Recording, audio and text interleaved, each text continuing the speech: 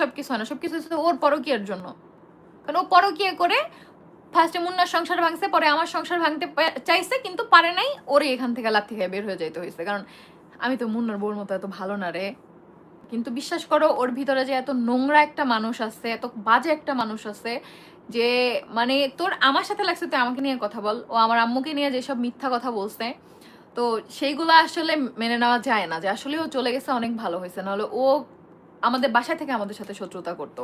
ও আস্তে আস্তে চাইতো যাতে আমি চলে যাই, ও থাকে। এটা অনেক ওর অনেক হচ্ছে চালাবালা দীক্ষা আমি বুঝতে পারছিলাম। আমার বাসায় প্রত্যেকে এটা বলতো, হ্যাঁ, যে আমি যাতে না থাকি, যাতে ও একা থাকে। প্লাস ওর ফ্যামিলি থেকে ওকে এটা বলা হইতো যে তোর ছেলে বাচ্চা নিয়ে চলে আয়, তাহলে আহাদিম নিয়ে চলে আসবে। মারা খেয়ে গেছে এই পরিকল্পনায়। এই পরিকল্পনা আরো একজন করছিল, সেও খেয়ে গেছে, আর ইনিও খেয়ে গেল। সন্তান, শোনো, সন্তান একটা জিনিস কি জানো, তুমি একটা ছেলের পয়েন্ট অফ ভিউ দিয়ে দেখবে, তোমার যেই বউকে তোমার ভালোবাসবা সেই সন্তানের প্রতি এমনি তোমার ভালোবাসা বেশি থাকবে। সন্তান কখনো ম্যাটার করে না। একটা ছেলে যদি কোনো মেয়েকে নিয়ে সংসার করতে চায়, সে যদি ধর সারা জীবন ওই একটা বউকে নিয়েই সংসার করে, আমি বলতেছি না তোমাদের ভাইয়া অনেক ভালো, কখনোই আমি এটা বলি না, অবশ্যই তারও দোষ আছে, এটা আমি যখন আখি চলে গেছে তখনও বলছি যে ওরা দুইজনই দুজনকে ভালোবাসতে পারে নাই। কিন্তু আখি কি করছে, ও আমার দোষ সম্পূর্ণ দিছে কেন, ও ভাবছে যে ওর শ্বশুর বাড়িতে এটা বলে ও চান্স পাবে। কিন্তু এটা ভুলে গেছিল যে ও থাকাকালীন তাদের সাথে যে পলিটিক্স গুলো করছে তারা সবাই জানে, তারা সবকিছু জানে, তাদের সামনাসামনি গাড়ি থেকে যখন নেমে গেছিল সব আমার শ্বশুর জানে। But or point of view ছিল এটা যে তিশাটা যদি আমি খারাপ বানাই, আহাদের কথা ভালো বলি, আহাদের ফ্যামিলির কথা ভালো বলি, তাহলে আমি ওই বাড়িতে যেয়ে থাকতে পারবো। ইভেন আমরা যখন কক্সবাজার ছিলাম তখন ও এই বাড়িতে আসছেও, ও ভাবছে এই খবর আমার কাছে আসবে না, তখন এই বাসায় ও বলেও গেছে যে আমি এখানে থাকবো দরকার হলে আয়েশকে নিয়ে, ঠিক আছে, যদি সবকিছু ঠিক হয় আমি এখানে থাকবো, ওই বাসায় থাকবো না। ওর মোটিভ ছিল এটা যে এখানে থাকবে। যাই হোক, তো আমি ওরে এতটা বিশ্বাস করতাম, এতটা ভালোবাসতাম, বাট ও প্রতিনিয়তই ওর অনেক অ্যাটিটিউডে আমি বুঝতাম যে ও চায় হয়তো আমি না থাকি, ঠিক আছে, আমি না থাকি, অথবা হচ্ছে মানে ও এমন একটা ভাব নিত যে আহাদুর অনেক বেশি ভালোবাসে, ঠিক আছে, আহাদুর অনেক বেশি ভালোবাসে, আবার ওই আমার সাথে কান্না করে করে বলতো যে আহাদ এটা করে না, আহাদ এটা করে না। আমরা কক্সবাজার থাকাকালীন যে বাসায় আসছিল সেটার কথার কারণে মানে একটু প্রমাণ স্বরূপ বলে দাও যে টিকা কার্ডটা নিছিল কেমন?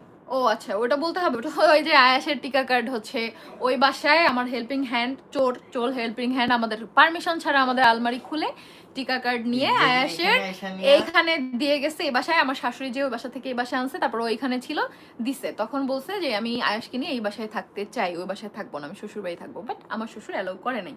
ইভেন এখন না, শুধু ও থাকাকালীনও আমরা এই বাসায় থাকতে চেয়েছি, তখন আমার শ্বশুর ওর জন্য অ্যালাউ করে নাই, যে না, ওকে নিয়ে থাকা যাবে না, তিশাকে নিয়ে আসো, থাকো, কোনো সমস্যা নেই। বাট আমি তখন থাকি নাই, যে না, যেখানে আঁকি যেতে পারবে না সেখানে আমিও যাব না।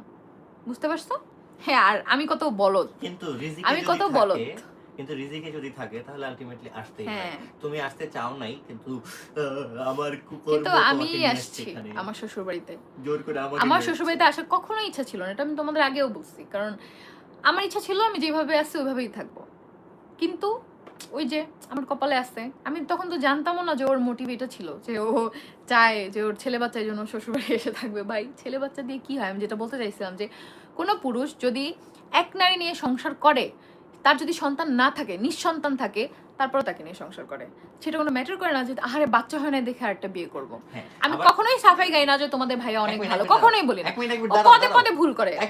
দাঁড়াও, আবার কোন পুরুষ যদি এরকম হয় যার 100টা বিয়ে করার শখ জাগে, কিন্তু তারপরেও যে বউরে ভালোবাসে সে বউ সাথে থাকবেই থাকবে, রাখতেই হবে, যুদ্ধ করে, মানে যেমনে মজা সেমনে হোক না কেন, তার লেগে দুনিয়া কুরবান করা হইলো, কিন্তু বিয়ে করে ওটা শখের বসে, ভুলের বসে, দোষের বসে। শখের বসে নাকি বিয়ে করে?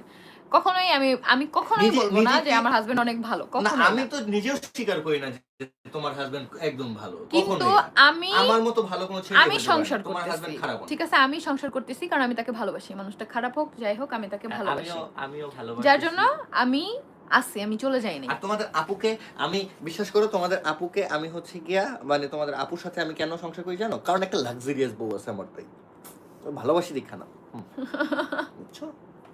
আল্লাহ, তোমার চুলগুলো একটু দেখি, তাহলে ওই ধরে ধরে আমি প্রমাণ করে দিতে পারি। বুঝতে পারছো যে কত মানুষ শুধুমাত্র ওর কথায় আমাকে নিয়ে ভিডিও বানায়। আচ্ছা, এদিকে আমার কিছু যায় আসে? তুই জানোস না আমি কতটা স্ট্রং? তুই যে তোর বাপ, খালু, দাদা, তোর মা, এদের দিয়ে ভিডিও বানাস, আমার কি এতে কিচ্ছু ছেড়া যায়? কিন্তু আমি তো তোরেই বলবো, আমি তো তাদের দেখতে যাব না, আমি তো তোরেই বলবো, তোরই কষ্ট দিয়ে কথা বলবো, কারণ তুই আমারে কষ্ট দিতে চাস, কিন্তু পারবি না, তোর ওই যোগ্যতা নাই যে তোর কোনো কথায় আমি কষ্ট পাবো। আমি আজকে পোস্ট দিছি না যে খালি কলসি বাজে বেশি, তোরে নিয়ে জেলাস করার মতো তোর কিছুই নেই, কোনো কিছুই নেই। এক্স্যাক্টলি, ঠিক আছে, কোনো কিছুই নেই।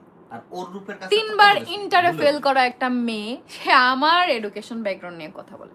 শোনো মানে কি বলবো, শোনো থাক, এডুকেশন ব্যাকগ্রাউন্ড তোমার আছে নাই সেগুলো নিয়ে বড় কথা না আমি অশিক্ষিত, Just 5 পাস। একটা কথাই বলতে চাই, যখনই তুমি মনে করবা যে কিছু একটা বলে তুমি খুশি হয়ে গেছো, তখন তুমি দয়া করিয়া নিয়া নিজের চোখখানা বন্ধ করিয়া একবার ভাবিও যে আমি তিশার সাথে একসাথে ড্রেস চেঞ্জ করছিলাম। উফ, থাক বাদ দাও। থ্যাংক ইউ সো মাচ আপু আমার নামটা নেওয়ার জন্য, থ্যাংক ইউ আপু। আর একটা ব্যাপার, ওর যে বাজে অভ্যাসটা ফেক আইডি দিয়ে কমেন্ট করার, এটা ওর আগেও ছিল। ধরো ও চলে আসার পর ওর এক্স হাজব্যান্ড যাকে বিয়ে করছে, মুন্না যাকে বিয়ে করছে, সেই মুন্নার বউ প্রেগনেন্ট কিনা সেটা ফোন দিয়ে দিয়ে ও খোঁজ নিত। মুন্নার একটা বোন আছে, কি যেন নাম, চাচাতো না মামাতো বোন, সেই বোন ওরে খবর দিত 7 মাসের প্রেগনেন্ট। আমার বলতো প্রেগনেন্ট, তাতে কি হয়েছে, বউ জীবনও থাকতে পারবো না, বাচ্চাও আছে, এখন তারা সুখে সংসারও করতেছে, সবাই তোর মতো না যে থাকতে পারবে না। তো এইগুলো নিয়ে ও ওর খুব মাথা ব্যথা ছিল। হ্যাঁ, ওই বোন নাকি বিয়ে হয়েছে ওর বিয়ের শাড়ি পরে, ও আমাকে যেটা বলছে, মানে সেইটা পর্যন্ত খেয়াল রাখতো। আর এখন সেম ফেক আইডি দিয়ে আমাদের উপরে খেয়াল রাখে। এখানে আমার একটা কোশ্চেন আছে, ওর বিয়ের শাড়ি পরে যদি ওই মেয়ের সাথে বিয়ে হয়ে থাকে, তাহলে তার আগে যার সাথে বিয়ে হয়েছিল তার শাড়ি পরে ওর সাথে বিয়ে হয়েছে? হ্যাঁ, ও তো মুন্নার তাকে সংসার ছিল, তো জেনে শুনে গেছে, ওর জন্যই তো মুন্নার ফার্স্ট সংসারটা তাহলে তো ভাঙছে। আলটিমেটলি ওই শাড়িটা ওর হলো না। ওটা মুন্নার ফার্স্ট বউ ছিল, ওর আগে মুন্নার বউ ছিল, ও জেনে শুনে, ওর ফ্যামিলি থেকে কিন্তু তখন রাজি হয় নাই যে ওর বউ আছে, ওর সাথে তোর আমি বিয়ে দিব না। ও জোর করে চলে গেছে, ও পালায় চলে গেছে মুন্নার সাথে, যে বউ থাকগা যা থাকগা আমি যাবো, আমি ওর সাথে বিয়ে করবো। আল্লাহ। ইরফান, আপু তুমি মানুষের কথায় কান দিও না, তুমি সামনে এগিয়ে যাও। অবশ্যই আলহামদুলিল্লাহ আপু, আমরা লাইফে আলহামদুলিল্লাহ বলে বলে ওই পোস্ট দিয়ে দিয়ে দিয়ে বলতে হবে না যে কদিন পরে আরো জ্বলবি, এমনিই জ্বলে। সো বলতে হবে না, বুঝতে পারছো? ও ওর মতো ভাবে, ও যেই পেজের সাথে প্রমোশন করে, ওর নামের সাথে যদি মিল থাকে, ও বলে ওটা ওর পেজ। তারপর দেখি সেই পেজ থেকে 2 দিন পরে আমার প্রমোশনের জন্য নক দেয়। আমি বলি না, এটা তো অমুকের পেজ, আমি ওর পেজে কেন কাজ করবো? বলে না আপু, নাম এক দেখা ও এটা ক্যাপশনে দিছে, তাতে ভিউজ নাকি বেশি হবে, সেল নাকি বেশি হবে, এই জন্য বলছে এটা তার পেজ, কিন্তু তার না। ওরকম মনে করে আমাদের দোকানও হয়তো ওইভাবে আমরা চালাই দিই। মানে ওইটা মানতেই পারে না যে তিশাহাদের 4টা দোকান কিভাবে তিশাহাদ দিল, মানে এটা বিশ্বাসই করতে পারে না, যার জন্য এটা বলে যে আমাদের দোকান না। বুঝতে পারছো?